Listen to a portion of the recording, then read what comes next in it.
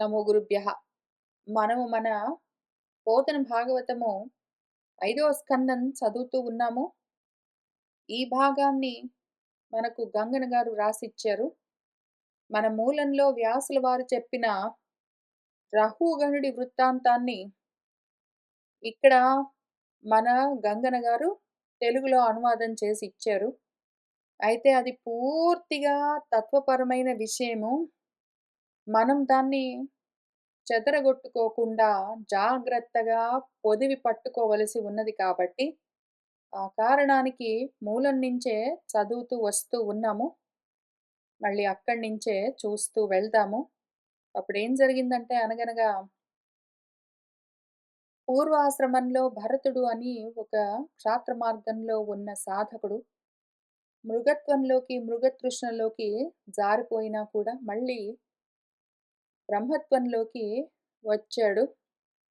ఆయన తను ఏ విధంగా ఆత్మను గ్రహించాడో, అనాత్మలను ఏ విధంగా తెలుసుకుని వివేకం చేశాడో, ఆ ఉపదేశాన్ని తన శిష్యుడైన రహుగణుడికి చెప్తూ ఉన్న ఘట్టంలో ఉన్నాము.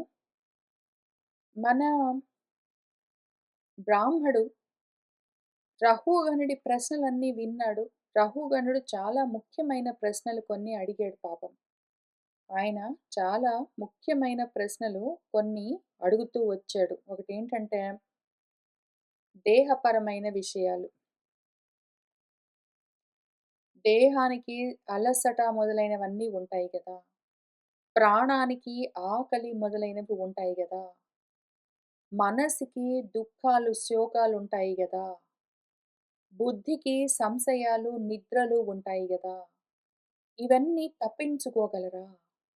ఎందుకు అంటే, ఏదో ఒక స్థాళిలో నీళ్లు పోసి తండులాలు అంటే బియ్యపు గింజలు వేసి అగ్ని పైన ఉంచితే రగులుతాయి గదా!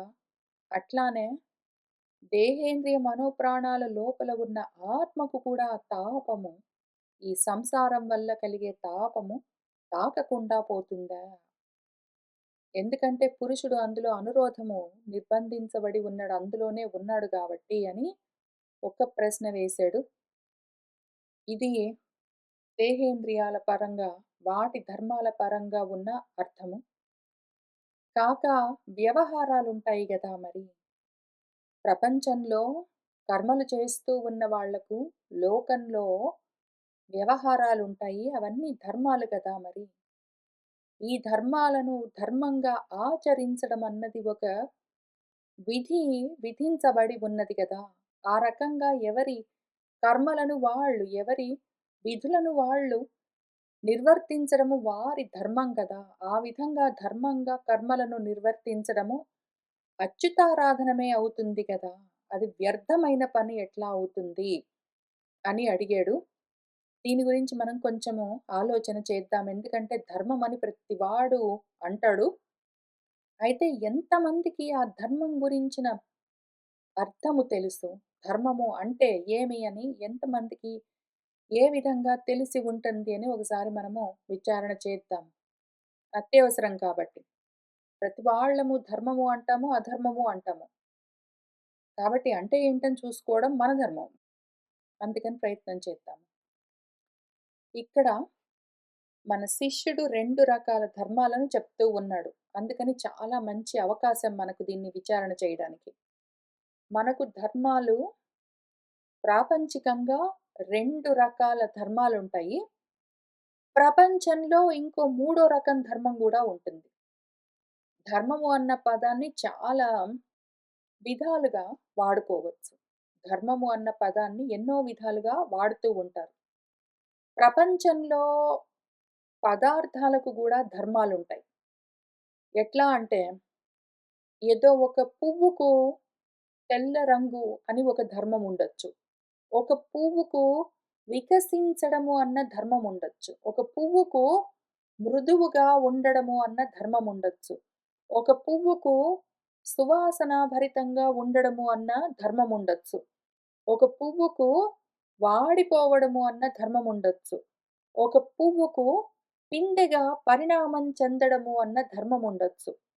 ఒక పువ్వుకు అంతకన్నా ముందు మొగ్గలో నుంచి విచ్చుకోవడము అన్న ధర్మం ఉండిండొచ్చు. ఈ విధంగా ప్రతి దానికి ప్రపంచంలో దేని ధర్మము దానికి ఉంటుంది. అవన్నీ గూడా వాటి వాటి ధర్మాలు. ఇవి ఏదో ప్రాణంతో ఉన్న పూల గురించి చెప్తున్నాను. అట్లనే ఏదో ఒక విత్తనం ఉన్నది అంటే దానికి మొలకెత్తడం అన్న ధర్మం ఉంటుంది. ఒక మొలక ఉన్నది అంటే దానికి ఎదగడము అన్న ధర్మం ఉంటుంది. ఎదుగుతూ ఉన్నది అంటే దానికి ఆకులు వేయడము, పిందెలు వేయడము, లేదా రాలిపోవడము అన్న ధర్మాలు ఇటువంటివన్నీ ఉంటాయి. కాక అంతకన్నా తక్కువ స్థాయి భూతాలు కూడా ఉంటాయి. మన పంచభూతాలేవున్నాయో వాటికి గూడా అగ్నికి కాల్చడం అన్న ధర్మం ఉంటుంది. గాలికి వీచడం అన్న ధర్మం ఉంటుంది. ఆకాశానికి అవకాశం ఇవ్వడం అన్న ధర్మం ఉంటుంది. భూమికి ఆధారమై ఉండడం అన్న ధర్మం ఉంటుంది. నీటికి ప్రాణాలు నిలబెట్టడము లేదా ఆర్ద్రత కలిగించడము అన్న ధర్మము. ఒక్కొక్క ధర్మం చెప్తున్నాను. ప్రతిదానికి ఎన్నో ధర్మాలుంటాయి. ఇటువంటివన్నీ వాటి ధర్మాలు. కాక ఎంతవరకొచ్చామో ప్రపంచంలోని పంచభూతాల ధర్మాలు కొన్ని జూసాము. ప్రతి దానికి, ప్రతి భూతానికి దాని ధర్మం దానికుంటుంది. అవన్నీ వాటి ధర్మాలు. వాటిని ధర్మాలు అని పిలుస్తారు. కాబట్టి ధర్మము అంటే అదొక పెద్ద క్యాచ్ ఆల్ ఫ్రేజ్ లాగా ఉంటుంది. Catch all. ప్రతి దాన్ని ధర్మం కింద తొయ్యడం గాదు. ధర్మము కుప్పబోసుకొని కన్‌ఫ్యూజ్ అవ్వడం గాదు. ధర్మం అంటే ఎన్ని రకాలుగుంటుంది? ఏ ఏ సందర్భంలో ధర్మం అని మాట్లాడతామని చూద్దాము. సూర్యుడికి ప్రకాశించడం ధర్మం. అట్లానే చంద్రుడికి చల్లగా ఉండడం అన్నది ధర్మం. తెల్లగా ఉండడం అన్నది ధర్మం. ఇట్లాంటివి. ఈ ధర్మాలన్నీ అయిన తర్వాత పూలకు, చెట్లకు ఇట్లాంటివన్నీ చూసుకున్నాం గదా! ఈ ధర్మాలు అయిపోయిన తర్వాత నెక్స్ట్ సెట్ పశుపక్షులకు చూద్దాము. వాటి ధర్మాలేవి? పొద్దున్నే లేవడము, ఏదో భోజనానికి ఏర్పాట్లు జేసుకోవడము, తర్వాత కూడడము, పిల్లల్ని కనడము. పక్షులైతే గుడ్లలో నుంచి, పశువులైతే ఏదో మావిలో నుంచి ఆ రకంగా. ఇవి వాటి ధర్మాలు. కూడడము, పిల్లల్ని కనడము, అన్నం ఏదో రకంగా వేటాడో, లేదో వెతుక్కునో తెచ్చుకోవడము, అన్నం తినడము, బాత్రూమ్‌కెళ్ళడము, పడుకోవడము, లేవడము ఇటువంటివన్నీ పశుపక్షులకు కూడా ఉండే ధర్మాలు. పైగా పక్షులకు ఎగరడం ధర్మం. పశువులకు భూమి మీద నడవడం ధర్మం. ఇట్లాంటివన్నీ వాటి వాటి ధర్మాలు. ఇప్పుడు పశుపక్షులయిపోయిన తర్వాత మనుషులకి గూడా ధర్మాలుంటాయి. ఆ మనుషులకు గూడా ఏముంటాయి? పశుపక్షులకున్నట్టే లేవడము, పడుకోవడము, అన్నం తినడము, బాత్రూమ్‌కెళ్ళి రావడము, అన్నం కోసం ప్రయత్నాలన్నీ చేసుకోవడము ఇటువంటివన్నీ ధర్మాలుగా ఉంటాయి. కాక మళ్ళీ స్పెషల్‌గా మనిషికి ఆలోచించడము మొదలైన ధర్మాలన్నీ ఉంటాయి. ఇవన్నీ గాక మళ్ళీ ఇంకా కొంచెం లోతుగా చూసామంటే, ఒక మనిషో, పశువో, పక్షో ఉన్నదనుకోండి. వాటికి ఉన్న కళ్ళకు కన్ను అన్న ఇంద్రియానికి చూడడం అన్న ధర్మం ఉంటుంది. అట్లానే చెవు అన్న ఇంద్రియానికి వినడం అన్న ధర్మం ఉంటుంది. అవన్నీ వాటి ధర్మాలు. ఇప్పుడు చూస్తున్నారా? ఇవన్నీ ధర్మాలు. ఈ ధర్మాలన్నీ గూడా నడుస్తూనే ఉంటాయి. ఈ ధర్మాలేవి ఆగడానికి వీల్లేదు. పైగా ఒక ధర్మం పక్క వస్తువు చెయ్యలేదు. కన్ను ధర్మం చూడడం అయితే, అది చూడడం అన్న పనొకటే చేస్తుంది. అది దాని వ్యవహారము. కంటికి చూడడం అన్న ధర్మం ఉన్నది అంటే, అది చూడడం అన్న పని ఒకటే జేస్తుంది. అది తినడం అన్న పని చేయదు కన్ను. కాబట్టి ఒకవేళ అది ప్రయత్నం చేసిందనుకోండి, చూడడం అన్న ధర్మం ఉన్న కన్ను, అన్నం తినడం అన్న పని చేస్తానని బయలుదేరితే అది దానికి అధర్మం. ఎందుకంటే దాని ధర్మం గాదది. దాని ధర్మం ఏమి చూడ్డం. అట్లానే పక్షికి గాల్లో ఎగరడం అన్న ధర్మం ఉంటుంది.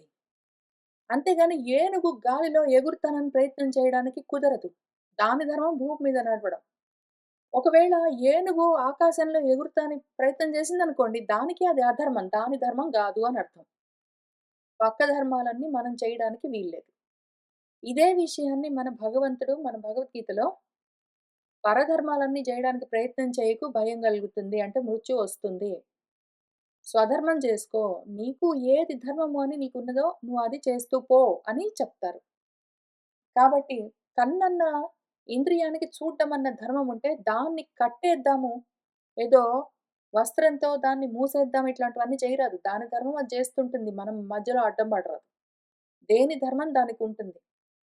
ఈ విధంగా దేహేంద్రియ మనోప్రాణాలకు వాటి ధర్మాలు వాటికుంటాయి. దేహేంద్రియ మనోప్రాణాలతో కూడి ఉన్న ఆ దేహికి కూడా దాని ధర్మాలు దానికి ఉంటాయి. ఒకదాని ధర్మము ఒకటి చేయడానికి వీల్లేదు. కుదరదు. అట్లా పని చెయ్యదు.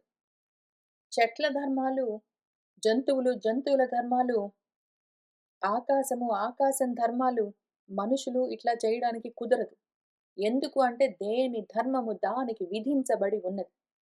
అట్లానే దేహమున్నది అంటే దానికి దెబ్బలు తగలడము, దానికి ఆధులో వ్యాధులో కలగడము, దానికి నాశం కలగడం అన్నది దాని ధర్మము. ఆపడానికి ప్రయత్నం చెయ్యరాదు. ఇవన్నీ ఎందుకు అర్థం చేసుకోవడం ముఖ్యము అంటే, దేని ధర్మం దానికి ఉంటుంది అని మనం తెలుసుకోవడం అత్యవసరం. లేకపోతే వాటి ధర్మాలన్నీ నేను చేస్తాననుకుని వీడు కూర్చుని, దేహానికి ఉన్న జర, మరణము, ప్రాణానికి ఉన్న ఆకలి, దాహము, మనసుకున్న దుఃఖము, శోకము నాకున్నాయనుకొని వీడు కన్‌ఫ్యూజ్ అవుతాడు. ఎందుకు అంటే ఆత్మకు ఈ ధర్మాలు లేవు. దేహేంద్రియ మనోప్రాణాలకు వాటి సంఘాతానికి ఆ విధమైన ప్యాకేజెస్‌కి దేనికి దానికి సెపరేట్ ధర్మాలుంటాయి. అవన్నీ చేస్తూ కూర్చుంటాయి. వాటిని ఆపరాదు. అవి నీవి అని అనుకోరాదు. ఈ పాయింట్ ఒకవేళ అర్థం గాకపోతే ఆత్మ ధర్మాలని అనాత్మల పైన, అనాత్మ ధర్మాలని ఆత్మ పైన అధ్యారోపణ చేసుకొని అయథావత్తుగా తెలుసుకుంటారో, ఆ విధంగా అయథావత్తుగా చూడడమే ఏదున్నదో దాని పేరు మోహము. మోహము అన్న పదానికి అర్థమేమి? ఈ రకంగా దేని ధర్మం దానికుంటుంది. అది చేస్తూ పోతుంటుంది. నాకు సంబంధం లేదు అని తెలుసుకోకుండా, పక్క ధర్మాలన్నీ, దేహ ధర్మాలన్నీ, ప్రాణ ధర్మాలన్నీ, ఇంద్రియ ధర్మాలన్నీ, చెట్టు ధర్మాలన్నీ, పుట్ట ధర్మాలన్నీ నాకే ఉన్నాయనుకుని వీడు తగిలించుకున్నాడంటే, వాడు మోహపోతున్నాడు అని అర్థం. వాడు మోహంలో ఉన్నాడు అని అర్థం. సరే, ఇప్పుడు ఇంతవరకు చూసాం గదా! ఇది ఒక సెట్ ధర్మం. ప్రపంచంలో ప్రతి దానికి దేని ధర్మం దానికుంటుంది. ఆకుకు ఆకుపచ్చ రంగులో ఉండడం అన్న ధర్మం ఉంటుంది. కావాలంటే అది ఒక్కొక్కప్పుడు ఎర్రగా ఉండొచ్చు. అది ఇంక కొంచెం రంగు మారొచ్చు. ఎందుకు అని కారణం ఉంటుంది. ఆ కారణానికి ఆ రంగు ఆకుకు ఉండడము దాని ధర్మం. మధ్యలో మనం అడ్డుపడడానికి వీల్లేదు. అట్లనే ఏ సమయంలో ఏ చెట్టు పుష్పించాలి, ఏ చెట్టు ఫలించాలి, ఏ చెట్టు నశించాలి, ఏ చెట్టు మళ్ళీ కొత్తగా పుట్టాలి అన్నవి కూడా కాలానుగుణంగా వాటి ధర్మాలు వాటికి నియమించబడి ఉంటాయి. మధ్యలో వాటిని ఆ ధర్మాల్ని మనము మార్చడానికి, అడ్డుపడడానికి, అవన్నీ జేయడానికి ప్రయత్నం చేయరాదు. చేస్తే ఏమవుతుంది? నీకు అక్కర్లేని ధర్మమంతా నువ్వు తలకు చుట్టుకున్నట్టవుతుంది. నువ్వు పోయి అధర్మం, ఎందుకంటే నీ ధర్మం గాదు, నీ పని గాదు. నీకెందుకు? అప్పుడు అధర్మాన్ని ఆచరించినట్టవుతుంది. కాబట్టి ఇవన్నీ కలిపి ఒక సెట్ ధర్మాలు. ప్రపంచంలో దేని ధర్మం దానికుంటుంది. ఇప్పుడు సెకండ్ సెట్ చెప్తాను. ఆకాశం దగ్గర నుంచి భూమి దాకా పంచభూతాలకు. పంచభూతాలతో తయారైన చెట్లకు వాటితో తయారైన ఆ పంచభూతాలతో దేహాలు తయారై ఉంటాయి గాబట్టి, పాంచభౌతికమైన దేహాలతో ఉన్న మన పక్షులకు, పశువులకు, మనుషులకు గూడా వాటి ఆ ఇంద్రియాలకు, దేహాలకు, ప్రాణాలకు వాటి ధర్మాలు వాటికి ఉంటాయి. చాలా స్పెసిఫిక్‌గా మనిషికి మాత్రం కొన్ని స్పెషల్ ధర్మాలుంటాయి.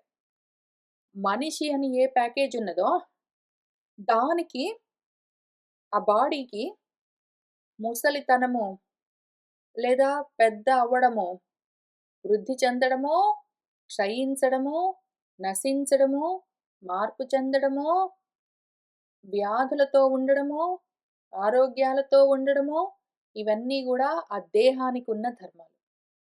ఆ దేహం తర్వాత ప్రాణానికి ఆకలి, దాహము. నేను మాటి మాటికి చెప్తున్నాను. ఒకవేళ మనసులో నుంచి జారిపోతే గుర్తుపెట్టుకోండి. ఆకలి, దాహము ప్రాణ సంబంధమైన ధర్మాలు. ఎందుకంటే ప్రాణం పోతుంది అంటే అన్నం తింటే ప్రాణం నిలబడుతుంది. ప్రాణం పోతుంది అంటే మంచినీళ్ళు తాగితే ప్రాణం నిలబడుతుంది. అట్లాంటివన్నీ దానికుంటాయి. దాహము, అన్నము అటువంటివన్నీ ప్రాణానికున్న ధర్మాలు. ఇప్పుడు ఇటువంటి ధర్మాలేవున్నాయో ఇవన్నీ చేస్తూ ఉన్నవాడుంటాడు గదా! వాడిలోని దేహము, ప్రాణము, ఇంద్రియాలు, మనస్సు వాటి వాటి పనులవి చేస్తూ ఉంటే, వాటి వాటి ధర్మాల్ని అవి ఆచరిస్తూ ఉంటే, ఆ దేహంలో ఉన్న దేహికి కొన్ని ధర్మాలను స్పెసిఫిక్‌గా చెప్పారు. ఈ కొన్ని ధర్మాలను స్పెసిఫిక్‌గా చెప్పారు అని నేనేది హైలైట్ చేసి, కోట్ చేసి చెప్తున్నానో, అవన్నీ మన శాస్త్రాల్లో ఉంటాయి.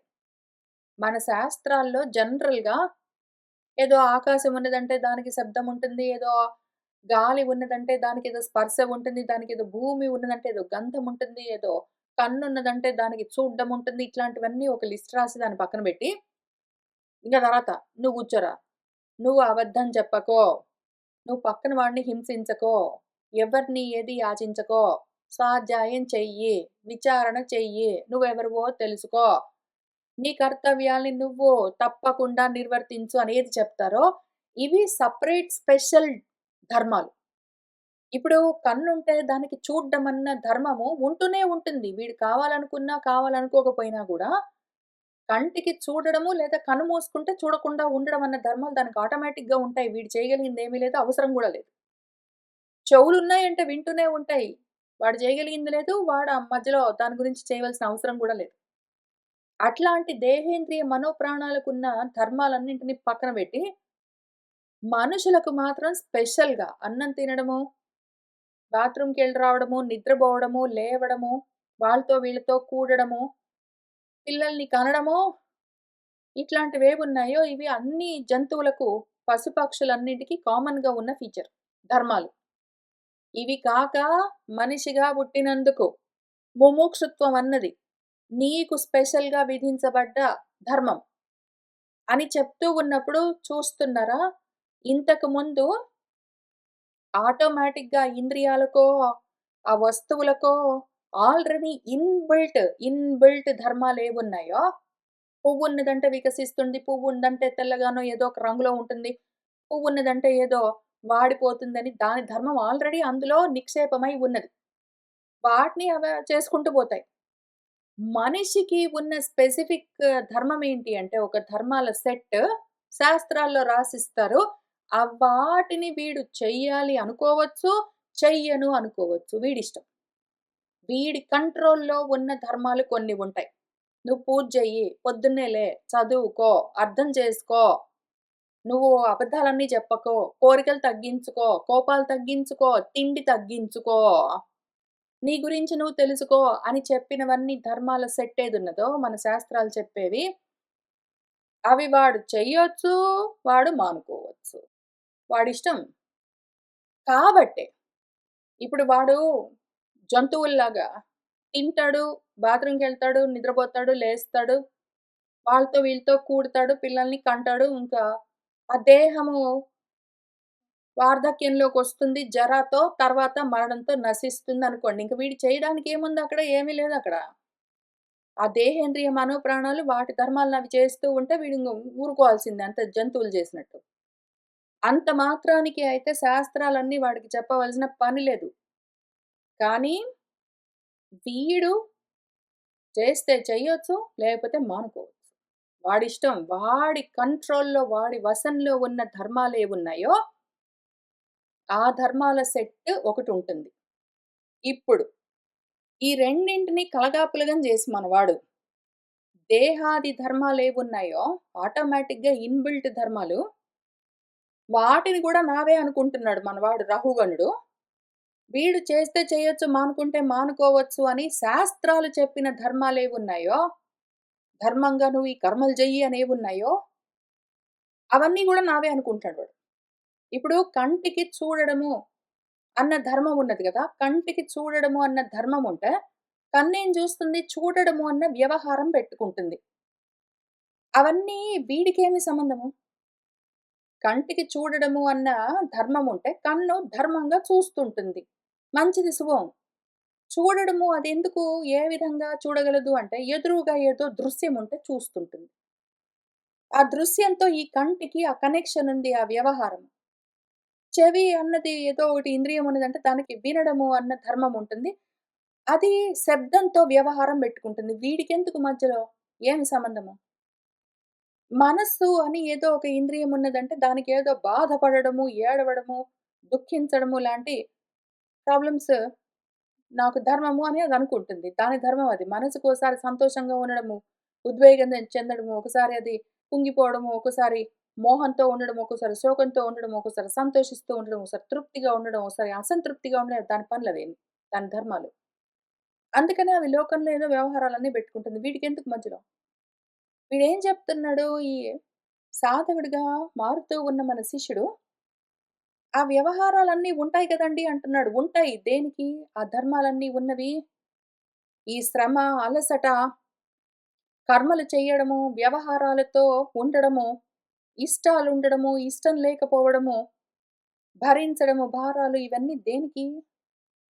ఆల్రెడీ ఈ ధర్మాలతో కూడి ఉన్న దేహేంద్రియ మనోప్రాణాలకు, ఇంద్రియాలకు వాటికి ఉంటాయి. వీడికి కాదు. అవన్నీ గూడా నావే అనుకుంటున్నాడు వాడు. ఆల్రెడీ ప్రీ ఎగ్జిస్టింగ్ ధర్మాలు, కండిషన్స్ అన్నీ గూడా. రెండోదేం జేస్తున్నాడు సెకండ్ సెట్ అని చెప్పుకున్నాం గదా! మన శాస్త్రాలన్నీ నువ్వు రాజువైతే రాజధర్మాలుంటాయి. నువ్వు భర్తవైతే భర్తృధర్మాలుంటాయని ఏంటో చెప్తుంది. ఆ శాస్త్రం చెప్పిన ధర్మాలన్నీ నేను చెయ్యడము భగవదారాధన అని చెప్తున్నాడు. ఈ సెకండ్ రకం వీడు చెయ్యొచ్చు, మానుకోవచ్చు, వేరే రకంగా చేయొచ్చు. అవన్నీ గూడా నా ధర్మాలని చెప్తున్నాడు. ఈ శాస్త్రము సెకండ్ సెట్ ఆఫ్ ధర్మాల్ని ఎందుకు చెయ్యమని చెప్పింది అంటే, ఇదిగో ఈ కర్మల్లో నుంచి దాటిపోవడానికి మార్గాన్ని చూపిస్తూ, ఆ చేసే కర్మలే నువ్వు అవిచారితంగా చేశావంటే, అనాలోచితంగా ఆలోచన లేకుండా గుడ్డెద్దు చేలో పడ్డట్టు చేశావంటే, పశువులాగా చేస్తావు నువ్వు. ఇంకప్పుడు నీ స్థితిని నువ్వు పొందవు. కానీ అనాలోచితంగా, అవిచారణతో కాకుండా, విచారణతో, ఆలోచనతో ఒకవేళ నువ్వు అదే కర్మల్ని చేశావంటే యోగమవుతుంది. అప్పుడు కర్మల్ని దాటిపోవచ్చు నువ్వు. ఇంక జన్మలుండవు. అందుకోసం ప్రయత్నం చెయ్యి. అది నీ ధర్మము అని చెప్తుంది. చూస్తున్నారా? ఇది సెకండ్ సెట్ ధర్మం. నువ్వు ఇట్లా చేశావంటే, నువ్వు ఈ జన్మల పరంపరలో నుంచి బయటపడతావు. మోక్షాన్ని పొందుతావు. అది మోక్షం కావాలని కోరుకోవడమో, మనిషిగా పుట్టినందుకు ముముక్షత్వము నీ ధర్మము అని చెప్తుంది. ఆ ధర్మాన్ని గూడా ఇందులోనే కలుపుకొని, కర్మలు జేసుకుంటూ కూర్చుంటే చాలు గదా! కర్మలు చేసుకుంటూ కూర్చోవడం నీ ధర్మం అని చెప్పవు శాస్త్రాలు. కర్మలు చేసుకుంటూ కూర్చోవడం నీ ధర్మం ఏంటి? జంతువుల ధర్మం అన్నీ గూడా. అన్ని జంతువులకున్న ధర్మం అది. కర్మ చేసుకుంటూ కూర్చోవడం. ఏదో ఒకటి చేయడం, తెచ్చుకోవడం, తినడం, బాత్రూమ్‌కెళ్ళి రావడం, పడుకోవడం, లేవడం, వాళ్ళతో వీళ్ళతో కూడడం, బిడ్డల్ని కనడం ఇంతే గదా! మొత్తం అన్నీ పశుపక్షాదులు చేసేది, చెట్లు, పుట్టలు అన్నీ చేసేది. నువ్వు గూడా అట్లనే చేస్తే నీకో పుస్తకాలెందుకు? శాస్త్రాలెందుకు? నీకు ధర్మాలు ఉపదేశం చేయడం ఎందుకు? ఆల్రెడీ ప్రీ ఎగ్జిస్టింగ్ ధర్మాలు జరిగిపోతూ ఉంటాయి. నావి కావు అని తెలుసుకో. నువ్వు ధరించవలసిన ధర్మమేది అంటే, ఈ కర్మలన్నీ నేను చేయవలసిన పని లేదు. నాకు కాదు. నేను అకర్మ అని తెలుసుకునేంత వరకు కర్మల్ని యోగంగా చేయవలసి ఉంటుంది. అదెట్లా చెయ్యాలి అని నేర్పిస్తుంది మన శాస్త్రం. అంతేగాని కర్మలు చేసుకుంటూ కూర్చోవడమే అచ్యుతారాధనం గాదు. చేస్తూ ఉన్న కర్మల్లో నుంచి దాటిపోవడం ఎట్లా అని తెలుసుకొని చెయ్యడము అచ్యుతారాధనం. ఎందుకు? నువ్వు చ్యుతమయ్యావిప్పుడు కదా! ఆత్మస్థితి నుంచి చ్యుతమయ్యి అనాత్మల్లోకి చేరి, అనాత్మ ధర్మాలన్నీ నా ధర్మాలనుకుంటున్నావు నువ్వు. అనాత్మ ధర్మాలు, అధర్మాలన్నీ నా ధర్మాలనుకుంటున్నావు. అనాత్మ ధర్మాలన్నీ నా ధర్మాలనుకుని, అవే ధర్మాలు ఆ రకంగా నేను ధర్మంగా ఉంటే నాకేంటో అచ్యుతారాధనమంతా వస్తుంది. దానివల్ల పుణ్యమంతా వస్తుంది. ఏంటో వస్తుంది. నీకేమి రాదక్కడ. నీవి కావా ధర్మాలు. అవన్నీ నేను చేస్తూ కూర్చున్నాను అనుకుంటే, దాని పేరే మోహము. ఎందుకు? అధర్మాలన్నీ, కర్మలు నీవి కావు. పశువులకు, పాశాలకు బద్ధమై ఉన్న వాటికి ఆ కర్మలన్నీ ఉంటాయి. ఏమి పాశాలు? కర్మపాశాలు మళ్ళీ. కర్మపాశాలకు బద్ధమై, ఆ పాశాలతో తగులుకుని బయటపడలేకుండా పశువులు కర్మలు చేస్తూ ఉంటే వాటిలాగా నువ్వు గూడా అదే పనిగా కర్మలు చేస్తూ అది పినష్టపిష్టం నవై అది కేవలము నా ధర్మము, ఇది నా కర్తవ్యము, ఇదే అచ్యుతారాధనం అంటే అది ఆల్రెడీ చ్యుతమయ్యావు. పైగా మోహంతో ఉంటావు. కనీసం జంతువులు గుడ్డెద్దు చేలో పడ్డట్టు కర్మలు చేసుకుంటూ పోతే వాటి ఇంద్రియాల్ని బట్టి కర్మలు జరుగుతూ ఉంటే అవి నాది అనవు, కాదు అనవు. వాటికి ఆలోచనే లేదు. నువ్వేం చేస్తావు పైగా పశువుల కన్నా అధ్వానంగా ఇంద్రియాలు ఏదో మైథున గురించిన కోరిక వాటికి కలిగితే పక్కన దేహాలతో కూడితే అది గూడా నా కర్మ అనుకుంటావు. ఇంద్రియాలన్నీ మైథునేంద్రియాలు పక్కన మైథునేంద్రియతో కలవడం వల్ల ఏవో వేరే దేహాలన్నీ పుట్టుకుని వస్తే అది గూడా నా కర్మ అనుకుంటావు. ఈ రకంగా కర్మకు బద్ధుడివై నువ్వు, కర్మపాశాలకు బద్ధుడివై పశువై ఆ కర్మలన్నీ చేస్తే నేను అచ్యుతం ఆరాధన చేసినట్టని చెప్పుకుంటున్నావు నిజంగానా? అచ్యుతారాధన మాది చ్యుతారాధనమా? చ్యుతమైపోవడాన్ని, అసత్తులోకి జారిపోవడాన్ని ఆరాధిస్తూ నువ్వు అచ్యుతారాధనమని ఎట్లా చెప్తావు? పిష్టం వ్యర్థమైన పని చేస్తూ అధర్మాలన్నీ ఆచరిస్తూ ధర్మం అని ఎట్లా చెప్తావు? ఒకటేంటంటే ఫస్ట్ సెట్ ధర్మాలు ఏవైతే ఆల్రెడీ ఇన్‌బిల్ట్ ఉన్నాయో కంటికి చూడడం లాంటివన్నీ నావే అంటావు. రెండోది ఈ కర్మల్లో నుంచి బయటపడేందుకు ఇది నీ ధర్మము, ముముక్షుత్వం కావాలి నీకు జిజ్ఞాస కావాలి అంటే, జిజ్ఞాస, ముముక్షుత్వం జనరల్‌గా బెట్టుకుని, కర్మల్ని ప్రైమరీగా బెట్టుకుని కర్మలు చేసుకుంటూ కూర్చుంటావు. ఈ రకంగా అధర్మాలు, అసత్ ధర్మాలు, అనాత్మ ధర్మాలన్నీ నావే అని అనుకుంటూ ఉన్న ఏ శిష్యుడున్నాడో వాడికి ఈ అసత్తుని, సత్తుని, ఆత్మని, అనాత్మని వేరు చేసి చూపించడం కోసము మన గురువుగారు బయలుదేరుతున్నారు. కాబట్టి ధర్మం అనగానే మళ్ళీ అన్నీ ఒక్కటే అనుకోరాదు. మనుషులుగా పుట్టినందుకు మన ధర్మము ఒక్కటే. మనమెవరు అని మనము విచారణ చెయ్యడము, కర్మల్ని వదిలిపెడుతూ వెళ్ళడము, మనుషులుగా మనుష్యత్వాన్ని పొందినందుకు ముముక్షుత్వంతో ఉండడము, అందుకు కావలసిన జిజ్ఞాసతో ఉండడము మన ధర్మము. మనిషిగా పుట్టినందుకు మన ధర్మము. కర్మలు చేయడము మన ధర్మం కాదు. కర్మల్ని దాటిపోవడము, ఎట్లా అని విచారణ చేయడము మన ధర్మము. ఒకవేళ కర్మల్ని వదిలిపెడుతూ పోవడము, వదిలిపెట్టడానికి ఏమి చెయ్యాలి అని విచారణ చేస్తూ పోవడము చెయ్యకపోతే, కేవలం కర్మలు చేస్తూ ఉన్నాము అంటే, అవన్నీ నా ధర్మాలు అనుకుంటూ కర్మలు చేస్తూ ఉన్నాము అంటే, మనము మనుష్యత్వం నుంచి మృగత్వంలోకి, పశుత్వంలోకి జారాము అని అర్థం చేసుకోవాలి. దాని పేరు చ్యుతారాధనం. అచ్యుతారాధనం కాదు. ప్రతి వాళ్ళు ధర్మము, అధర్మం అని మాట్లాడుతారు. ధర్మం గురించి, అధర్మం గురించి చాలా మోహం ఉంటుంది. అయథావత్తుగా అధ్యారోపణ చేసుకుని. సరే, ఇప్పుడు ఇదే విషయాన్ని మన గురువుగారు రహుగణుడికి ఉపదేశం చేస్తారు. మనం తెలుసుకుంటూ వెళ్దాము. మన బ్రాహ్మడు మన శిష్యుడికి ఉపదేశం చేస్తూ ఉన్నారు. ఏం ఉపదేశం చేస్తారు? ఆత్మ అంటే ఏమో ఐడెంటిఫై చేయడానికి కావలసిన ఉపదేశాన్ని చేస్తారు. కాబట్టి ఇప్పుడు మూడో ధర్మం చెప్తాను. ఒక set already pre existing conditions అన్న ధర్మం అని చెప్పాను గదా! రెండో సెట్ కేవలం మనుషులకున్న ధర్మం అని చెప్పాను గదా! ఇప్పుడు అసలు ముఖ్యమైన ధర్మము. ఒకే ఒక ధర్మము. మిగిలినవన్నీ గూడా అధర్మాలే. ఉన్న ఒకే ఒక ధర్మమేమి? ఆత్మధర్మం. దాని పేరే స్వధర్మం అని పిలుస్తారు. స్వధర్మమేమి? కర్మలు లేకపోవడమే. ఇదంతా విభాగం జేసి, విడదీసి చూపించవలసి వస్తుంది గురువుగారికి. ఎందుకు చేస్తారు మన గురువులందరూ? ఈ విధంగా ఆత్మ, అనాత్మ విభాగం చేసి ఎందుకు చూపిస్తారు? ఆత్మ ఏదో ఎందుకు చెప్తారు అని చూద్దాము. ఒక ఎగ్జాంపుల్‌తో. ఒక తాడున్నదనుకోండి. దాన్ని చూసి ఎవడైనా పాము, పాము అని భయపడుతున్నప్పుడు, ఒరేయ్! అది పాము గాదురా! అది తాడు అని విభాగం చేసి చూపిస్తారు. అయితే పాము కాదు అని చెప్పడం ఒకటి, ఇది తాడు అని చూపించడం ఒకటి. పాము కాదు అని చెప్తున్నప్పుడు పాముని చూపించడానికి ఏమి లేదక్కడ. పాము అక్కడ నిజంగా లేదు. ఉన్నది పాపం తాడే. వీడు దాన్ని పామనుకుంటున్నాడు. కాబట్టి లేని పాముని చూపించి, ఇది లేదు అని చెప్పడానికి ఎక్కడి నుంచి చూపిస్తాడు వాడు లేని దాన్ని? అది కాదని చెప్తాడంతే. అది పాము కాదని చెప్తాడు. చూపించడానికి ఏమి లేదక్కడ. కానీ అంత మాత్రానికే వీడి భయం పోదు.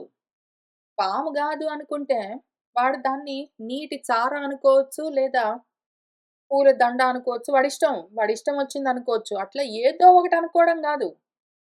పాము కాదు అని చెప్పిన తర్వాత ఇంక ఊరుకుంటే, పాము గాకపోతే వాడు పూలదండ అనుకోవచ్చు. పాము గాకపోతే వాడు పిండి సాగదీస్తే ఏదో ఒక రూపంలో ఉన్నది అనుకోవచ్చు. వాడు పాము గాకపోతే నీటి చార అనుకోవచ్చు. ఇంకేదైనా అనుకోవచ్చు. ఇట్లా వాడు రకరకాలుగా అనుకోవడం గాదు. అవన్నీ లేవు అని జెప్పి, అవన్నీ కావు, లేవు, లేవు, లేవు, లేవు, లేవు అని చెప్పి యాక్చువల్‌గా తాడు యొక్క యథార్థ రూపం చూపించాలి.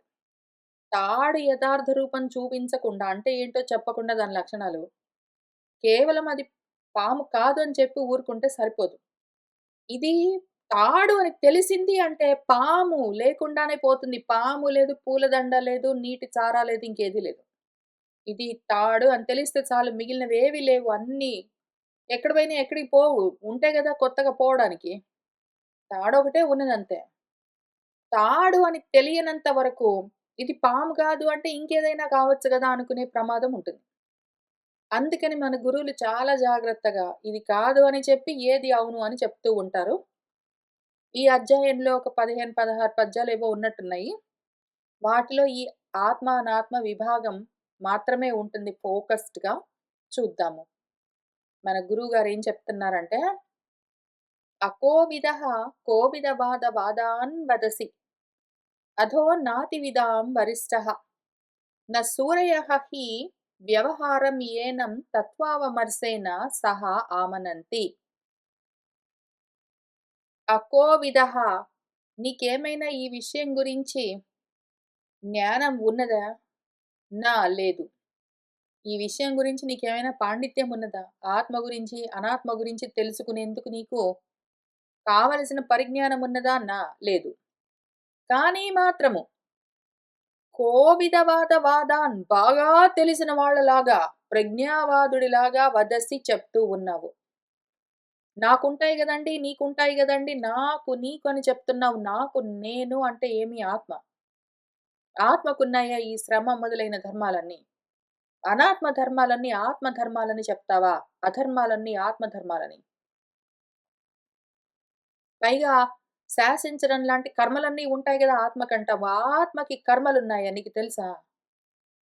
తెలియని విషయాలన్నీ బాగా తెలిసినట్టు మహామేధావిలాగా మాట్లాడుతూ ఉన్నావు. అతివిదాం వరిష్టః నా అన్నీ తెలిసి దాటిపోయిన వాళ్ళెవరున్నారో అతి అంటే అతిక్రమించిన వాళ్ళు. విద్యలన్నింటినీ తెలుసుకోవలసిన వాటన్నింటినీ తెలుసుకొని దాటిపోయిన వాళ్ళలో ఇంక నన్ను మించిన వాడు లేడు అని చెప్తావు. కానీ నీకేమీ తెలియదు. నువ్వు అజ్ఞానివి.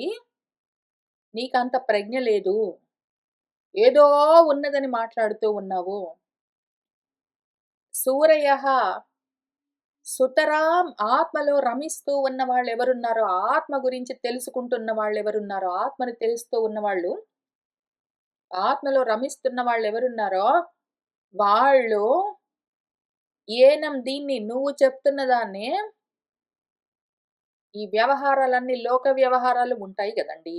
అనేంటో చెప్పావు గదా! ఇక్కడ నాకు 3, 4 పద్యాల్లో. ఇక్కడ నీ గురించి నాకు తెలియట్లేదు. నేను గృహంలో బద్ధుడినయ్యానన్నావు కరెక్ట్‌గా చెప్పావు. ఇంక దాని తర్వాత 3 పద్యాలు కర్మల గురించి, ధర్మాల గురించి మాట్లాడావు గదా! ఇవన్నీ గూడా నీకు పోనీ వీటి గురించైనా కరెక్ట్‌గా తెలుసా అంటే తెలీదు. మొత్తం అంతా అన్ని రకాల ధర్మాలన్నీ ఆత్మ ధర్మాలు, అనాత్మ ధర్మాలు మొత్తం అన్నీ కలగా పులగం చేసుకొని మొత్తం తెలిసినట్టు మాట్లాడుతూ ఉన్నావు. ఈ వ్యవహారాలన్నీ లోక వ్యవహారాలన్నీ కంటికి చూసే ధర్మమో, పువ్వుకు వికసించే ధర్మమో, గాలికి స్పృశించే ధర్మమో, ఇటువంటి మొత్తం అసత్ ధర్మాలు, అనాత్మ ధర్మాలేవున్నాయో వాటితో కూడి ఈ దేహేంద్రియాలన్నీ గూడా పక్కన దేహేంద్రియాలతో వ్యవహారాలన్నీ పెట్టుకుంటే, దాన్ని నువ్వు నా ధర్మమని చెప్తున్నావు. నాకిటువంటి ధర్మాలు లేవు. ఆత్మకు ఈ ధర్మాలు కావు. తత్వ అవమర్శనం చేస్తూ ఉన్న సమయంలో, తత్వాన్ని స్పృశిస్తూ ఉన్న సమయంలో, తత్వాన్ని విచారిస్తున్న సమయంలో తెలివి కలిగిన వాళ్ళు, ఆత్మతత్వవేత్తలు ఈ వ్యవహారంతో సహా కలిపి ఆత్మతత్వాన్ని ఆమనంతి కలిపి చెప్పరు. నువ్వు ప్రాపంచికమైన వ్యవహారాల గురించి మాట్లాడితే అక్కడ మాట్లాడు. లేదా ఆత్మ గురించి విచారణ చేస్తే ఇక్కడ మాట్లాడు. ఆత్మ గురించి నువ్వు అనాత్మల్లో విచారణ చేస్తే పని చెయ్యదు. అనాత్మ ధర్మాలను, ఆ లోక వ్యవహారాలను ఆత్మధర్మం విచారణ చేస్తున్న సమయంలో కలుపుకుని డిస్కస్ చెయ్యరు తెలిసిన వాళ్ళు. 2 వేరే వేరే మ్యాటర్స్.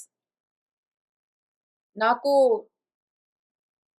శ్రమ కలుగుతుందండి, నాకు భారం అనిపిస్తుందండి, నాకు నిద్ర వస్తుందండి, నాకిది ఇష్టమండి, నాకిది ధర్మమండి, ఇది ఏదో భగవదారాధనమండి అని నువ్వు చెప్తూ ఉంటే చెప్పుకో. అవన్నీ ప్రపంచంలో చెప్పుకో. ప్రాపంచికమైన వ్యవహారాలు. అంతవరకే ఉన్నావంటే నువ్వు అధర్మంలో ఉన్నావు, అసత్తులో ఉన్నావు. కేవలము పశువులాగా ఉన్నావు కర్మపాశాలకు బద్ధుడివై. అక్కడ నువ్వు ఇవన్నీ చెప్పుకో. దేహం ఉన్నదంటే దానికి అలసట్లన్నీ ఉంటాయండి. ప్రాణం ఉన్నదంటే ఆకలి, దాహం ఉంటుందండి. మనసుంటే దుఃఖాలుంటాయండి. నేను రాజునండి, నువ్వు భృత్యుడివండి. నేను చెప్తానండి, శాసిస్తానండి, నువ్వు తట్టుకోండి. నేను శిక్షిస్తానండి, నువ్వు శిక్షలు పొందండి. ఇదంతా నా ధర్మమండి అని నువ్వు చెప్తే చెప్పుకో. ఇవన్నీ ప్రాపంచికమైన వ్యవహారాలు. వాటినక్కడే ఉంచు. వాటిని పట్టుకొనొచ్చి ఆత్మతత్వాన్ని నేను డిస్కస్ చేస్తాననుకుంటూ, ఇది స్వధర్మమండి కాదు. నువ్వు చెప్తున్నవి స్వధర్మం, ఆత్మధర్మం కాదు. స్వ అంటే ఆత్మ. స్వధర్మాలు, ఆత్మధర్మాలు కాదివి. నువ్వేంటో పెద్ద పెద్ద మాటలన్నీ మాట్లాడుకుంటూ పండితుల్లాగా. మరి అట్లా ఉండాలి గదండీ! ఎందుకంటేనండి మరి ఏదో సత్ ఉన్నది గదండీ! సత్తుని నేనెట్లా అవమానం చేస్తానండి? సత్ ఉన్నది గదండీ! ఈ సత్తు గురించి నేను తెలుసుకోవాలని ప్రయత్నం చేస్తున్నానండి అని నువ్వు సత్తు గురించి ఎంతైనా మాట్లాడు. కానీ సత్తును తుచ్చీకృత సత్తమసి అనుకుంటూ సత్తుతోటి నువ్వు ఈ అసత్తులన్నీ కలగాపులగం చేసి డిస్కస్ చేయడానికి వీల్లేదు. తెలివి గలిగిన వాళ్ళు, విద్వాంసులు, పండితులు, ప్రజ్ఞావాదాలు చేస్తున్న పండిత సభల్లో ఇట్లా కలిపి మాట్లాడరు. లోక వ్యవహారాలని ఆత్మధర్మం అని చెప్పరు అని మొదలుబెట్టారు. ఈ రకంగా కలగాపులగం చేసుకుని అస్తవ్యస్తంగా, అయథావత్తుగా చూడ్డం పేరే మోహము. ఇదే విషయాన్ని మన భగవద్గీతలో గూడా భగవంతుడు రెండో అధ్యాయంలో అంతకన్నా ముందు మొత్తం ఒక చాప్టర్ అంతా, తర్వాత ఇంత దూరము మన అర్జునుడు ఏంటేంటో జెప్పాడు. ధర్మ సమ్మూఢంతో ఉన్నాను నేను. అవును, మోహము. ధర్మమేదో అధర్మం ఏంటో తెలియకనే మోహంతోటే ఉండి ఏంటేంటో మాట్లాడుతూ కొంచెం నాకు చెప్పు అన్నాడు. వాళ్ళని వీళ్ళని చంపి నేనెట్లా జిజీవిషామా ఎట్లా బ్రతకాలనుకుంటామండి మేము అని ఏంటేంటో మాట్లాడాడు. ఇంద్రియాలకు శోకమన్నాడు. ఇంకేంటేంటో అన్నాడు. నువ్వు ఇంద్రియాలు అవన్నీ గలిపి అసత్ ధర్మాల్ని ఆత్మకు గలుపుకుంటూ మొత్తాన్ని నువ్వు ధర్మాన్ని అధర్మంగా, అధర్మాన్ని ధర్మంగా, ధర్మమేదో అధర్మమేంటో తెలియకుండా నీకు మొత్తం తెలిసింది ఒకటే. నీకు మొత్తం అధర్మం తెలుసంతే. ఆత్మధర్మం తెలియట్లేదు గాబట్టి, మొత్తం తెలిసింది నీకు అధర్మం ఒకటే. దాని గురించి ఇంత పెద్ద మాటలన్నీ మాట్లాడుతున్నావు. ప్రజ్ఞావాదాన్ భాషసే. పెద్ద పండితుడిలాగా తెలియని విషయాలన్నీ తెలిసినట్టు పెద్ద పెద్ద మాటలన్నీ మాట్లాడుతూ ఉన్నావు. నీకేమీ తెలీదు, ఇంక కూర్చో అని ఇక్కడి నుంచి మన గురువుగారు, ఉండేది ఎప్పుడూ ఉంటుందది లేకుండా పోవడం అన్నది లేదు. పోయేది అసలు ఉంటే గదా! మళ్ళీ కొత్తగా ఉండడం, పోవడం అన్నది. అని చెప్తూ దేహ ధర్మాలేమి, ఇదిగో దేహానికుంటాయి. కౌమారము, యవ్వరము, జర ఇట్లాంటివన్నీ దాని ధర్మాలు, దేహ ధర్మాలు. అదిగో మాత్రా స్పర్శలుంటాయి. ఏదో స్పర్శ, రూపము, రుచి అట్లాంటివన్నీ ఇంద్రియాలకున్న విషయాలు, వాటి ధర్మాలు. నీ ధర్మాలు గాదు. సుఖాలు, దుఃఖాలు, మనోధర్మాలు నీ ధర్మాలు గాదు. దేహేంద్రియ మనోధర్మాలు మొత్తం అన్నీ నా ధర్మాలు, నా ధర్మాలు అనుకుంటున్నావా నువ్వు? అవన్నీ వస్తూ ఉంటాయి, పోతూ ఉంటాయి, పోతూ ఉన్నాయి, వస్తూ ఉన్నాయంటే నిజంగా ఉన్నవి గాదో. వీటితో వ్యధ చెందుతూ ఉన్నావు అంటే నువ్వు గూడా నశిస్తావు వాటితో పాటే. అవి నా ధర్మాలు కావు. సుఖ దుఃఖాలు, మనోధర్మాలు, శీతోష్ణాలు, దేహ ధర్మాలు, మాత్రా స్పర్శలు, ఇంద్రియ ధర్మాలు, కౌమారం, యవ్వనం, జర ఇట్లాంటివన్నీ ఆ దేహం ఏదున్నదో దానికున్న ధర్మాలు నాకు గాదు అని తెలుసుకున్న ధీరుడు. ధీరుడు అంటే ఎవరు? ధీ కలిగినవాడు, బుద్ధి కలిగినవాడు అమృతత్వాన్ని పొందుతాడు. ఉన్నది లేకపోవడం అన్నది లేదు. లేనిది ఉండడం అన్నది లేదు. ఈ తత్వ దర్శనం తెలిసిన వాళ్ళ దగ్గరికెళ్లి కూర్చో వాళ్ళు చెప్తారు నీకు. దానంతం నీకు చూపిస్తారు. ఎందుకు అంటే అని ఇంతవరకు ఇక్కడి వరకేం చెప్పారు? దేహినః యథా మన దేహంలో కుమారం, యవ్వనం, జర ఆ తర్వాత మాత్రా స్పర్శాహ తు శీతోష్ణ సుఖ దుఃఖ దాహ అని చెప్పినవన్నీ దేహేంద్రియ, మనో, ప్రాణ ధర్మాలు. అవన్నీ అసత్ ధర్మాలు, అధర్మాలు. వాటన్నింటిని చూపించి పక్కన బెట్టి అనాత్మ ధర్మాలను ధీ అంటే బుద్ధి, జ్ఞానము, జ్ఞానం అనర్థం. జ్ఞానంతో ఇప్పుడు కర్మల్ని దాటి కేవలము తన స్థితిలో తను ఉండడము అంటే దాని పేరు ఆత్మధర్మము. ఆ ధర్మాన్ని మళ్ళీ ఇక్కడి నుంచి అది అవినాశి. దానికి వినాశం అన్నది లేదు. అది నిత్యము. అదసలు దేన్ని చంపదు, అది చావదు, దానికి అటువంటి లక్షణాలు లేవు. అది పుట్టడము, నశించడము లేదు. దానికి ఒక సమయంలో ఉండడం, ఒక సమయంలో లేకపోవడం అన్నది లేదు. అది అజము, అది నిత్యము, శాశ్వతము, పురాణము. దేహాలు ఉండొచ్చు, పోవచ్చు. అవన్నీ అనిత్యాలు అసలు లేనే లేని విషయాలు. ఇది మాత్రం ఎప్పుడూ ఉంటుంది. అది శస్త్రాల వల్ల ఛేదించబడదు. అది ఇంకేంటో. నీళ్ల వల్ల తడపబడదు. అది ఇంకేంటో. అగ్నుల్లో తగులబడదు. అదేంటో అని దాని ధర్మాలు, ఆత్మ ధర్మాలన్నింటిని చెప్తూ వచ్చారు. అప్పుడు గూడా పెద్ద పెద్ద మాటలన్నీ మాట్లాడుతున్నావు. ఏమీ తెలీదు నీకు ఇంక కూర్చో నేను చెప్తాను అని మొదలుపెట్టారు. అక్కడి నుంచే మొదలవుతుంది ప్రతి వాళ్ళకు ఈ ప్రవచనము. ఎందుకు అంటే నా అంతటి వాడు నేను అన్న అహంకారంతో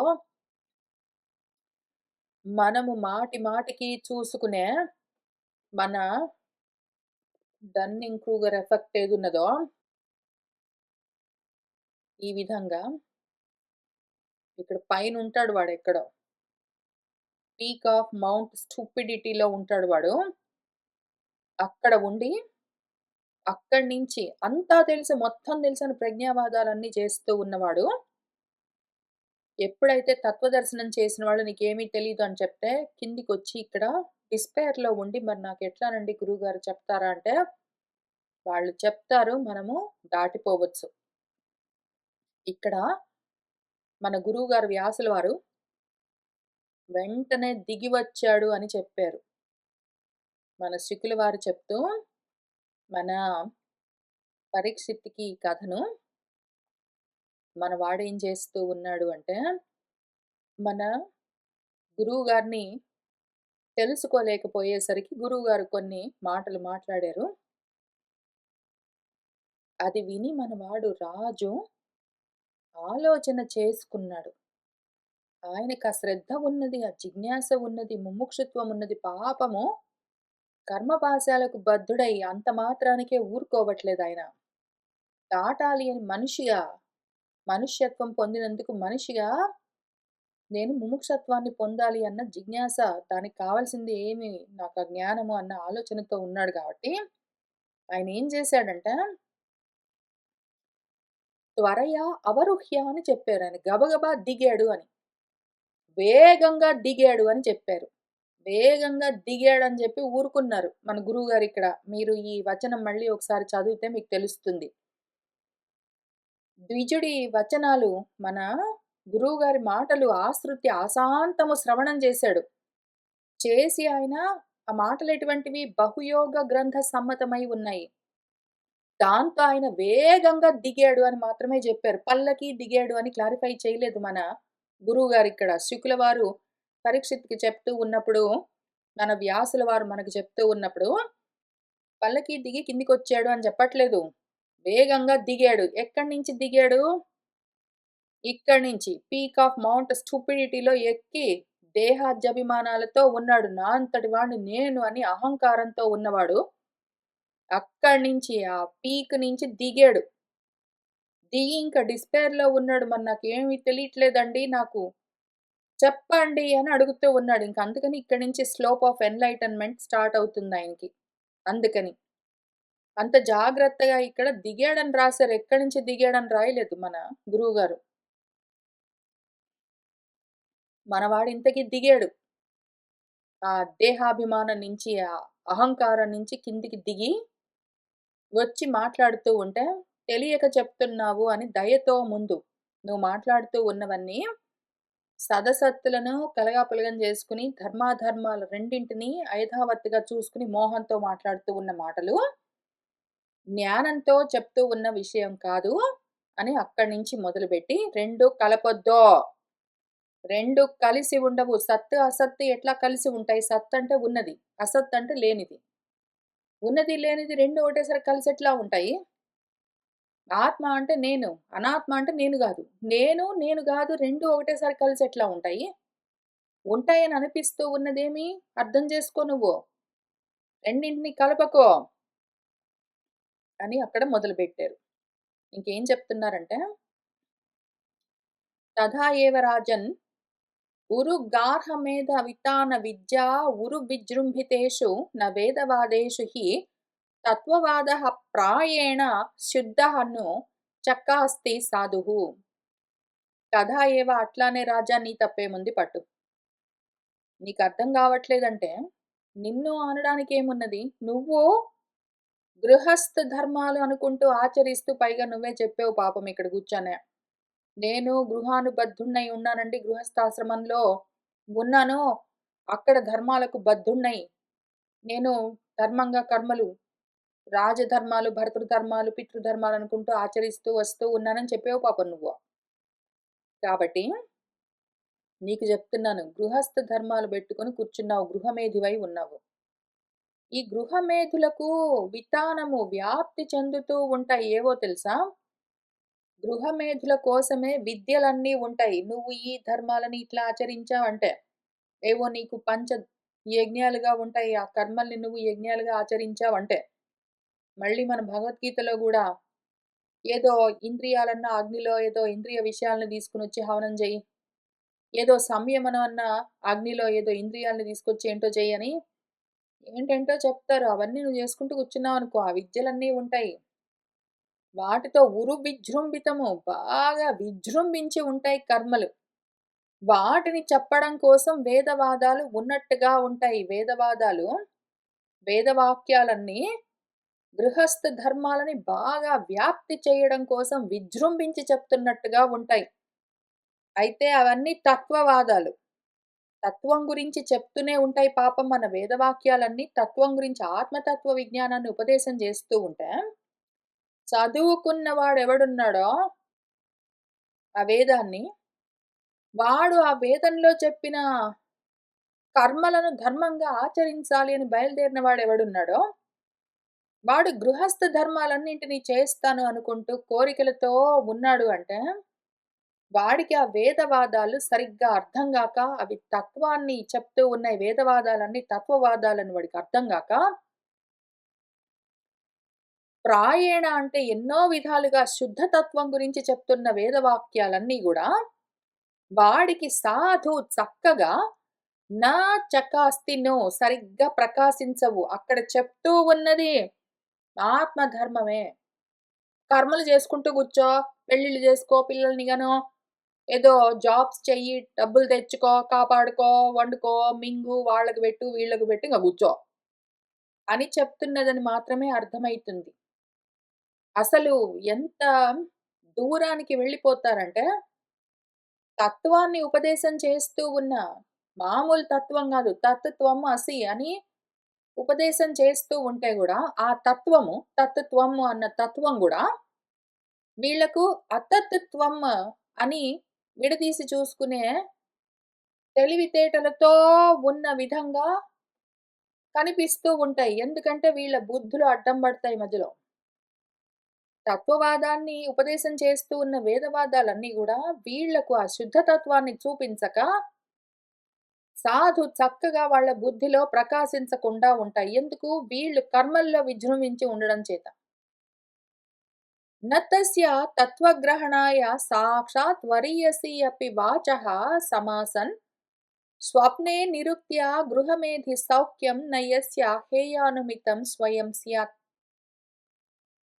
తత్వగ్రహణం కోసం సాక్షాత్తుగా వేదవాక్యాల్ని ఈ కర్మల్లో ఉన్నవాళ్ళు పట్టుకుంటే, తస్య అటువంటి వాడికి ఆ వాచః వేదవాక్యాలు వరీయసి అపి అవి ఎంత గొప్పవైనా సరే, ఎంతగా ఆత్మతత్వాన్ని అవి నీకు చూపించడానికి ప్రయత్నం చేస్తున్నా సరే, అవి ఎంత గొప్పగా సమాసం ఉన్నా సరే, నీకవి అర్థమే గావు.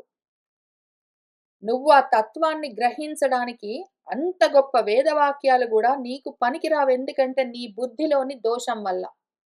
నువ్వు కర్మల్లో తగులుకుని ఉండి, ఆ చూపుతో నువ్వు వేదాలు చూడు, ఉపనిషత్తులు చూడు, శాస్త్రాలు చూడు, భగవద్గీత చూడు, మనుస్మృతి చూడు, ఏది చూసినా సరే, ఆఖరికి ప్రశ్నోత్తర రత్నమాలికను చూసినా సరే, నీకు కేవలము ప్రాపంచికమైన వ్యవహారాలే కనిపిస్తాయి అందులో. ఎందుకు? నీ బుద్ధిలోని దోషం అది. కర్మల్లో తగులుకుని ఉన్న బుద్ధి కర్మలనే చూస్తూ ఉంటుంది. కర్మలనే చెప్తూ ఉంటుంది. దానికి అదే తెలుస్తూ ఉంటుంది. అటువంటప్పుడు అది ఏది విన్నా అట్లానే అన్వయం చేసుకుంటూ ఉంటుంది. వేదవాక్యాలు తత్వాన్ని చెప్తూ ఉన్నాయని అటువంటి కర్మల్లో తగులుకుని ఉన్న బుద్ధికి తెలియదు. ప్రకాశించవు వేదవాక్యాలు సరిగ్గా ఆ బుద్ధికి. తప్పుగా తెలుస్తూ ఉంటాయి. అది వేదవాక్యాల తప్పు గాదు. ద్వైతం చూడడము, వ్యవహారాలు, కర్మలు మాత్రమే చూడడము, అధర్మాలని ధర్మమని అనుకోవడము, వేదవాక్యాల తప్పు గాదు. స్మృతుల తప్పు గాదు. ఆ చూస్తూ ఉన్నవాడి చూపులోని దోషమది. ఏదో కంటి దోషం ఉన్నవాడు చంద్రుడిని చూస్తే 3, 4 చంద్రుళ్ళున్నట్టు కనిపించినట్టు, కంటి దోషం ఉన్నవాడు ఆత్మను చూడ్డానికి వేదవాక్యాల్ని, శాస్త్రాల్ని, మనుస్మృతి దగ్గర నుంచి, మన ప్రశ్నోత్తర రత్నమాలిక దగ్గర నుంచి ఏదైనా సరే చూసి అర్థం చేసుకుందాం అనుకున్నవాడు, ఆ దృష్టి దోషంతో ఉన్నవాడై ఉంటే, వాడు చూస్తే ఒక్క చంద్రుడు చాలా చంద్రుళ్ళు కనిపించినట్టు, ఉన్న ఒక ఆత్మ రకరకాలుగా విజృంభించి కనిపిస్తుంది. ఎన్నో కర్మల్ని చేయిస్తూ ఉంటుంది. ఎన్నో వ్యవహారాలు ఉన్నట్టు అనిపిస్తుంది. అవన్నీ ధర్మాలనిపిస్తుంది పైగా. తత్వగ్రహణానికి వీడికి బుద్ధిలోని దోషం ఉన్నంత వరకు వేదవాక్యాలు వాడికి పని చేయవు. అవి ఎంత గొప్పవైనా సరే. ఒక ఎగ్జాంపుల్ చెప్తాను నీకు రాహుగణ. పోనీ ఇప్పుడు తత్వమసి అంటే ఆ పక్కనే ఉన్న అక్షరాన్ని పెట్టుకుని సవర్ణ దీర్ఘ సంధితోటి అతత్వమసి అని విడదీసుకొని నువ్వు ఆ తత్వం ఏదున్నదో తత్వ పదార్థం త్వమ్ము నాసి కాదు అని దానికి విపరీతమైన వ్యాఖ్యానం చెయ్యొచ్చు. దాని పేరేమి? బుద్ధిలోని దోషము. పోనీ దాన్ని పక్కన పెడదాము. డైరెక్ట్‌గా ఇంత కన్‌ఫ్యూజన్ గూడా లేదు. నువ్వు వేదవాక్యాలు చదవనవసరం గూడా లేదు. నీకు పర్సనల్‌గా ఎక్స్‌పీరియన్స్‌లో ఉన్న, రోజు నీకు తెలుస్తూ ఉన్న విషయాన్నే బెట్టుకొని చెప్పింది గదా! ఒక ఉపనిషత్తు మొత్తము. మాండూక్యోపనిషత్తు నీకేం చెప్పింది? గృహమేధి సౌఖ్యాలన్నీ గూడా నువ్వు గృహస్థాశ్రమంలో ఉండి కర్మలు చేస్తూ ఉంటే, గృహస్థాశ్రమము అంటే సన్యాసాశ్రమం కాదు, వానప్రస్థం కాదు, బ్రహ్మచర్యాశ్రమం కాదు అనుకునేరు కాదు. గృహాన్ని ఆశ్రయించి ఉండడం గృహస్థం. గృహము అంటే దేహమే. ఎందుకు అంటే అది గ్రహిస్తూ ఉంటుంది అని అర్థము. అన్నింటిని గ్రహిస్తూ ఉంటుంది. పట్టుకుంటూ ఉంటుంది గాబట్టి, దాన్ని గృహం అని పిలుస్తారు. ఆ గృహంలో వీడు ఉన్నాడు గదా! ఆ గృహంలో ఉన్న వీడు గృహస్థుడై ఉంటాడు. ఆ గృహస్థుడికి ఆ గృహంలో అంటే దేహంలో ఉన్నందుకు ఏవో సుఖాలో, దుఃఖాలో ఏవో అనుభవానికి వస్తూ ఉంటాయి గదా! అవన్నీ నిజంగా ఉన్నాయి, ఉన్నాయి, ఉన్నాయి అని వీడు అనుకుంటూ ఆ ధ్యాసతో, ఆ దృష్టితో వాడు చూస్తూ ఉన్నంత వరకు అవి నిజంగా ఉన్నాయనిపిస్తాయి. వీడికి అనుభవంలో ఉన్నట్టుగానే తెలుస్తూ ఉంటాయి. కానీ నిజంగా ఉన్నాయా? అవన్నీ స్వప్నంలో ఉన్నట్టుగానే గదా! అని ఎంత దూరం జెప్తూ వచ్చింది మనకు మాండూక్యము. నువ్వు నిద్రపోతూ ఉన్నప్పుడు స్వప్నంలో ఏదో కలగంటూ ఉంటే, కలలోని పదార్థాలన్నీ నిజంగా ఉన్నాయా? అవన్నీ అసత్ పదార్థాలు కాదు. మెలుకువ వచ్చిన తర్వాత అవన్నీ నిజంగా లేవని నీకు తెలుస్తూనే ఉన్నది గదూ! అట్లానే ఈ జాగృత అవస్థ గూడా స్వప్నమే. ఇది గూడా కలే. మళ్ళీ మన భగవంతుడే ఇందులోనే యా నిశా సర్వభూతాని అని ఒక పద్యంలో చెప్తారు పాపం. ఏదైతే ప్రాణులన్నింటికీ రాత్రి అయి ఉన్నదో, దేన్నైతే పగలనుకుని ప్రాణులు కర్మలు చేస్తూ ఉంటాయో, సర్వభూతాలకు ఏది నిశ రాత్రై ఉన్నదో, అందులో మన సంయమి మెలకువతో ఉంటాడు. అది నిద్రే అని తెలుసుకుంటూ ఉంటాడు. ఎందులోనైతే మన భూతాలన్నీ మేల్కొనున్నాను, కర్మలు చేసుకుంటున్నాను అనుకుంటూ ఉంటాయో, దాన్ని గూడా మన చూడగలిగిన చూపున్న ముని రాత్రిగానే, నిద్రగానే, చీకటిగానే, తమస్సుగానే, అజ్ఞానంగానే, అవిద్యగానే, అసత్తుగానే, అనాత్మగానే చూస్తూ ఉంటాడు అని చెప్పింది గదా! ఇదే విషయాన్ని ఎంత దూరం వెళ్లి ఎక్స్‌ప్లెయిన్ చేసింది మన మాండూక్యము. ఎంత నిర్వచించింది, ఎంత నిర్వచించింది, ఎంత దూరం జెప్పింది. అయినా సరే, అటువంటి జాగృత అవస్థలోనండి మరేనండి నేనేంటో కర్మలు చేస్తే నాకేంటో వస్తుందండి అనుకుంటూ వీడు చేసేదంతా గూడా హేయమో, ఉపాధేయం కాదు, పట్టుకోవలసింది గాదు, వదిలిపెట్టవలసింది. వదిలిపెట్టవలసిన ఈ కర్మలన్నింటినీ గృహస్థాశ్రమంలో గృహమేధి సౌఖ్యాలన్నింటినీ ఎంతగా మనకు మన ఉపనిషత్తులు, వేదాలు అంత క్లియర్‌గా, అంత గొప్పగా ఆ వాక్యాలన్నీ నిర్వచించినా కూడా అనుమాన ప్రమాణంతో అనుమితమయిందా నీకు? ఇప్పుడు రాత్రి పడుకున్నప్పుడు స్వప్నావస్థలో కన్న కలల్లాగానే కదా! అని అనుమాన ప్రమాణంతో ఈ జాగృత అవస్థ గూడా స్వప్నంలాగానే అని తెలుసుకున్నావా? శాస్త్ర ప్రమాణం ఉన్నది ఇక్కడ. భగవద్గీత చెప్పింది ఇక్కడ మనకు, భాగవతము చెప్తుంది అక్కడ మనకు, మన మాండూక్యము చెప్తుంది. వేద ప్రమాణం పెట్టుకో, శృతి ప్రమాణం పెట్టుకో. అట్లానే మన స్వప్నాన్ని అనుమాన ప్రమాణంతో పట్టుకో. ఈ విధంగా నువ్వు తెలుసుకుంటే అది హేయము, వదిలిపెట్టవలసింది, దాన్ని తగులుకుని కూర్చోవలసిన పని లేదు, చెయ్యరాదు అని నీకు అంతగా నిర్వచించి చెప్తూ ఉంటే, చిలక్కి చెప్పినట్టు, పసిపిల్లలకు చెప్పినట్టు చెప్తుంటే, స్వయంగా ఆ విషయము వదిలిపెట్టవలసినది అని అనుమాన ప్రమాణంతో తెలిసిందా స్యాత్? నా తెలీదు. ఎంత ఎక్స్‌ప్లెయిన్ చేసినా సరే ఎందుకు అర్థం గాదు? పోనీ వేదవాక్యాలకి వేరే వేరే అర్థాలు కల్పించుకుని ప్రాపంచికంగా కన్‌ఫ్యూజ్ అవ్వడం వల్ల నాకు తెలియట్లేదు సరిగ్గా. లేదా వేరే గురువులందరూ దాన్ని విపరీతంగా వ్యాఖ్యానం చేయడం వల్ల నాకు తెలియట్లేదంటే, పోనీ కల నీకున్న పర్సనల్ ఎక్స్‌పీరియన్స్ కదా! దాన్ని పెట్టుకొని అనుమాన ప్రమాణం, శాస్త్ర ప్రమాణం పక్కన పెట్టు. శాస్త్ర ప్రమాణం పక్కన పెట్టి కేవలం అనుమాన ప్రమాణంతో నీ సొంత బుద్ధి పెట్టి ఆలోచించుకుంటే నీకు తెలుస్తుంది గదా! తెలుసుకుంటావా? లేదు. వేదవాక్యాలు నీకు పనికిరావు, శాస్త్ర ప్రమాణము. సొంత ప్రమాణాలు, అనుమాన ప్రమాణాలు లాంటివి నీకు పనిచేయవు. ప్రత్యక్షంగా కళ్ళ ముందు ఏదో కనిపిస్తుందనుకోని నువ్వు మోహం చెంది ఉంటే నీకు ఏది పని చేస్తుంది చెప్పు? ఏ ప్రమాణం నీకు ఉపయోగకరంగా ఉంటుంది? దేన్ని ఉపయోగించి, ఏ ఉపాయంతో, ఏ యుక్తితో, ఏ తర్కంతో, ఏ తెలివితేటలతో నువ్వు దీన్ని తెలుసుకోగలవు? తెలుసుకోలేవు. ఎంతవరకు? ఎంతవరకైతే యావత్ మనః రజసా పూరుషస్య సత్వేన వా తమసా వా అనురుద్ధం. ఎంతవరకైతే మనిషి యొక్క మనసు, ఆ పురుషుడు, ఎందుకంటే పురిసేతే ఇతి అనే పురంలో, ఆ గృహంలో ఉన్నవాడు అని అర్థము. వాడి మనసు రజస్సుతోటో, సత్వంతోటో, తమస్సుతోటో అనురుద్ధము బంధింపబడి ఉంటే, ఈ గుణాల చేత, గుణాలే పాశాలు, గుణాలంటే తాళ్ళని అర్థం. సత్వరజస్తమో గుణాల్లో ఏ ఒక్క పాశానికి బద్ధమైనా సరే వాడి మనసు ఆ త్రిగుణాలని దాటిపోలేకపోతే, దాటి చూడలేకపోతే, త్రిగుణాత్మకమైన ఆ మనసే వాడిని కర్మల్లో బంధిస్తుంది. వాడికి వేదవాక్యాలు చెప్పినా అర్థం కాదు. వాడి సొంతంగా ఎక్స్‌పీరియన్సెస్ ఉన్నా వాడు తెలుసుకోలేడు. ఎంత సేపటికి వాడు కర్మల్లోనే ఉంటాడో, వాడికి అదే అర్థమైతుంది. లోక వ్యవహారాలే తెలుస్తుంటాయి. ఎన్ని శాస్త్రాలు చదివినా సరే ఆత్మపరంగా అన్వయం చేయడం వాడికి రాదు. ఎవరైనా చేసి చెప్తే అనుమానాలు గూడా వస్తాయి వాడికి. సంశయాత్మ వినశ్యతి అని గురువుగారు చెప్పినా సరే భగవద్గీతలో, నిజంగానే ఇట్లానే ఉన్నదా ఈ అర్థము అని మళ్ళీ చెప్పిన వాళ్ళని గూడా అనుమానిస్తుంటారు వాళ్ళు. వాళ్ళు గురువులను అనుమానిస్తారు. శాస్త్రాలను అనుమానిస్తారు. వాళ్ళ పైన వాళ్ళకు గూడా విశ్వాసం ఉండదు. వాళ్ళకు గురు విశ్వాసం ఉండదు. గురువులు చెప్తే నమ్మరు. అనుమానిస్తారు. శాస్త్ర విశ్వాసం ఉండదు. శాస్త్రాల్ని సరిగ్గా అన్వయం చేసుకోవడం చేత కాదు. సొంతంగా రాదు. ఎవరైనా చెప్తే తెలుసుకోరు, ఒప్పుకోరు. విశ్వాసం లేదు. మూడోది ఆత్మవిశ్వాసం గూడా లేదు. వాడికి సొంత ఎక్స్‌పీరియన్సెస్ తోటి వాడు సొంతంగా తెలుసుకుందామన్న ఉద్దేశం గూడా వాడికి రాదు. చేత కాదనుకుంటాడు. అవసరం లేదనుకుంటాడు వాడికి తెలీదు. అందుకని ఇంత కష్టం ఉంటుంది.